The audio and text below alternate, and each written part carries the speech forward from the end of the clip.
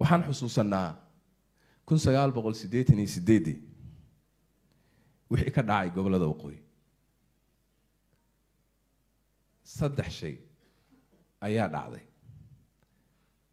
dad shacab ah oo nidaamkoodii xukumayay ama dawladoodii xukumaysay ay duqayso dadna ay layso kadibna ay qaxiso saddex arrimood baa dhacay dawladdii dadkii way duqaysay way dhinteen wayna qaxeen intii noolayd xilligaas suurtagal ma aha marka ama wax in la isweydiiyo mudan waxay tahay 35 sano kadib ma xaq baa isla dadkii reer waqooyi ee Soomaaliyeed inay arkaan haddana nidaamkoodii oo saddexdii sameynaya oo duqeynaya oo dilaya oo qixinaya waxaan filayaa inaysan xaq ahayn inay walaalaheen mar kale arkaan haddana scenario-ga oo dib u soo noqdo xaq uma laha carabtu waxaa jira mahmaha ay leeyihiin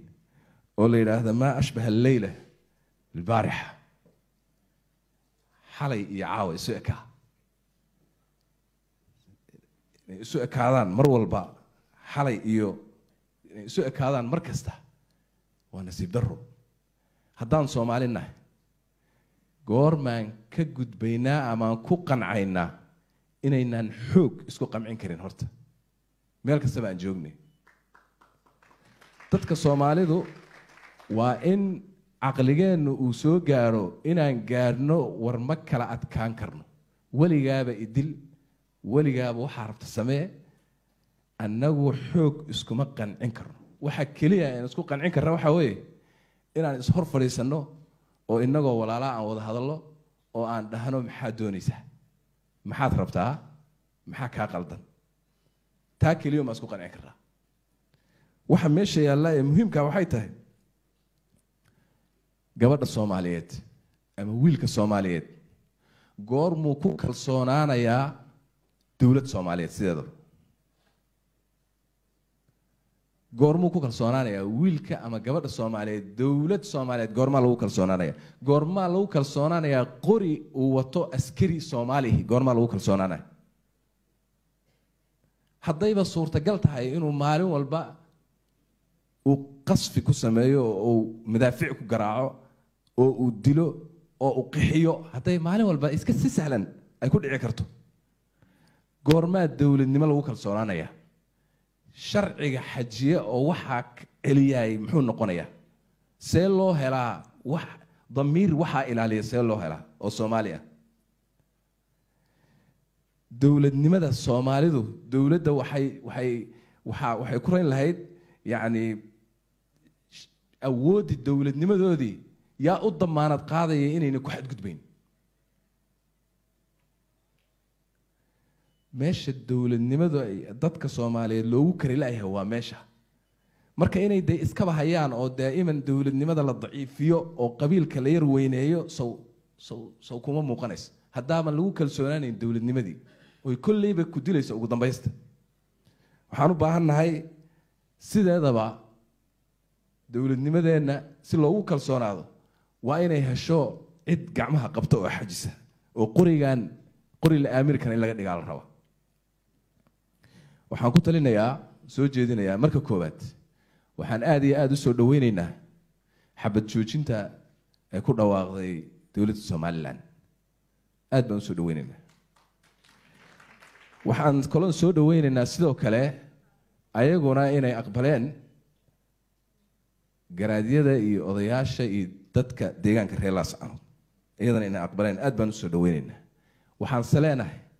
si xabad joojintu ay cagaf fiican ugu istaagto si ay u noqoto mid hirgasha waxaa lagama maarmaana in ciidamada laga fogeeyo meesha ay joogaan shacabku magaalada laga saaro dadka caraysan ciidamada laga fogeeyo taasaan soo jeedinaynaa si ay u noqoto mid caga ku taagan oo sax ah waxaan soo jeedinaynaa oo kale in dadka deegaankuna ay aqbalaan xabad joojinta oo ogolaadaan oo u diyaar garoobaan waxa ay tabanayaan in ay si nabadgelyo ah iyo walaaltinimo ah iyo miis korkiis inay la yimaadaan guud ahaan waxaan ugu baaqayaa dhammaan dadka Soomaaliyeed meel kasta ay joogaan inay ka qayb qaataan nabadgelyada iyo deganaanshaha laascaanood iyo deegaanka Sool oo aan la hurinin dab lagu shidin la isku dirin dadka Soomaaliyeed waxaan soo jeedinayaa in la ilaaliyo walaaltinimada iyo dirisnimada iyo ahalnimada waan bogaadinayaa dhammaan cid kasta meel kasta oo ay joogaanba ama Soomaaliland ha joogaan ama adduunka meesha rabaan ka joogaan ama jamhuuriyadda inteeda kale ha joogaan dadka Soomaaliyeed ee wanaaga iyo walaaltinimada iyo ahalnimada ku dhawaaqaya ee ku baaqaya ee dadka isu keenayana waan soo dhaweynayaa waxaan mar kale ku celinayaa in waajib tahay in si degdeg ah loo joojiyo xabadaas oo ayna mar dambe soo noqonin waxaan rabnaa ayadana in la ogolaado in hay-adaha gargaarka iyo cid kasta oo dadka wax taraysa in loo ogolaado inay gaaraan dadka baahan ee duruufaysan si ay u gargaaraan taasna waa laga maarmaan dawladda Soomaaliyeed ama xukuumadda federaalka ee Soomaaliya waxay sameysay dadaal badan waxay meeshaas gaarsiisay wixii ay gaarsiin kartay haday tahay cunno iyo haday tahay dawo way u dirtay waxay soo qaaday dhaawacyadii halista ahaa oo isbitaalada magaalada Muqdisho yalla waxaan rajaynayaa in Ilaahay uu caafiyo oo dadka Soomaaliyeed u boogadhayo waxaan rajaynayaa inayna dadka Soomaaliyeed ay soo gabagabeeyaan inay dad iska dilaan dadna iska dhaawacaan dadkeenu waa yar yihiin waan u baahannahay waxaan rabaa in aan iimaansano inaynan xoog waxba ku keeni karin walaaltinimo waxaan ku weynay inaynan cadaawad ku keeni karin taas inaan iimaansano ayaa laga maarmaan qodobka saddexaad waxa weeye maanta waxaa la socotaan khawaarijtii jab baa ku dhacay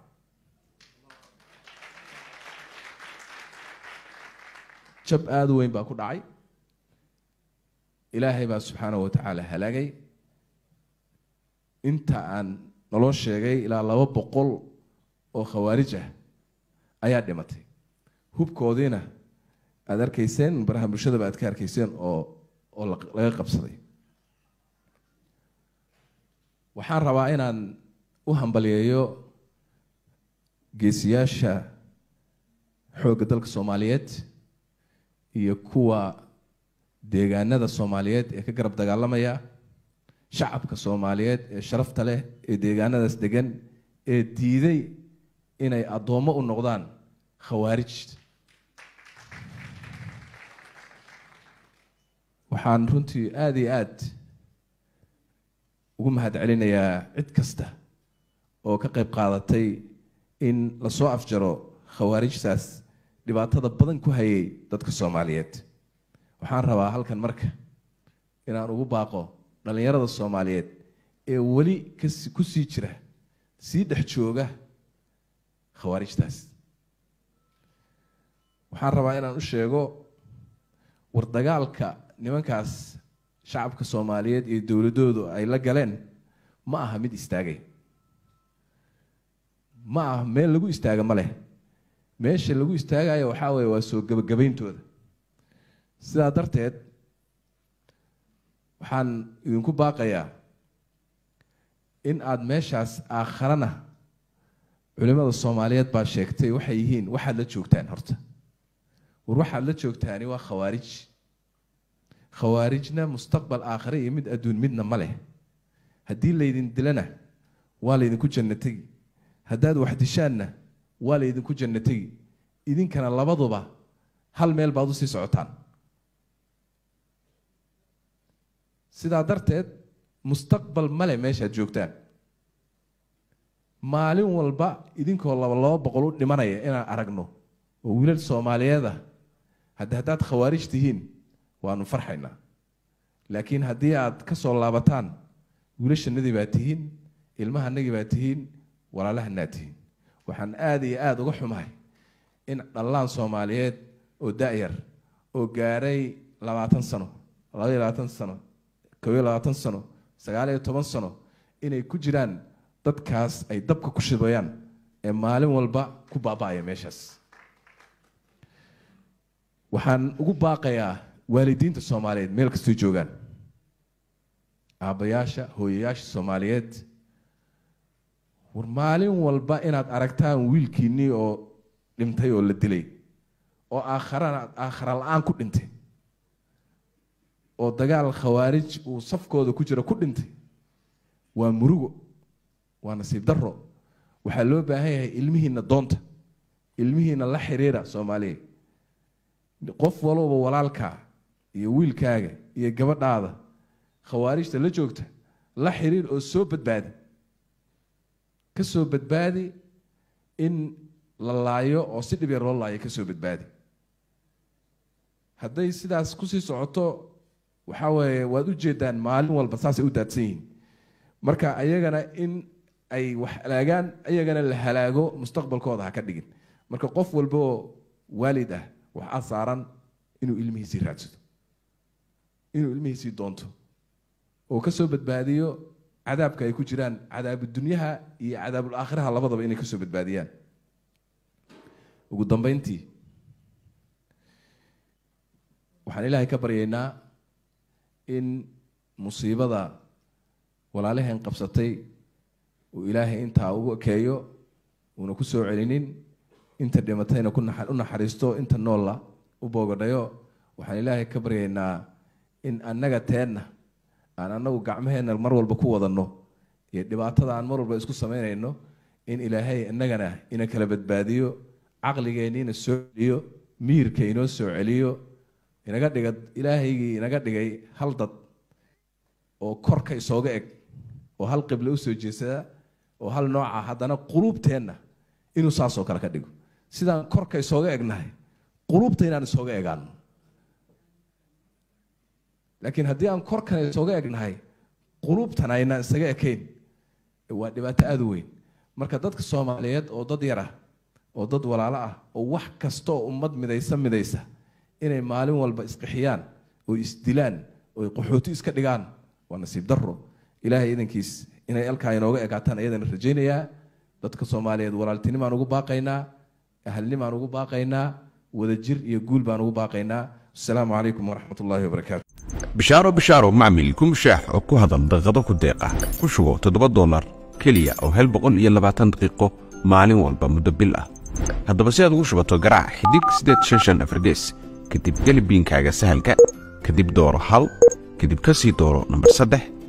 kadib dooro 2 kadib sii dooro hal oo ah $7 ugu dambeyn hubi oo dooro ha mar walba ku dooro Golis Telecom tiro iyo tayo la hubo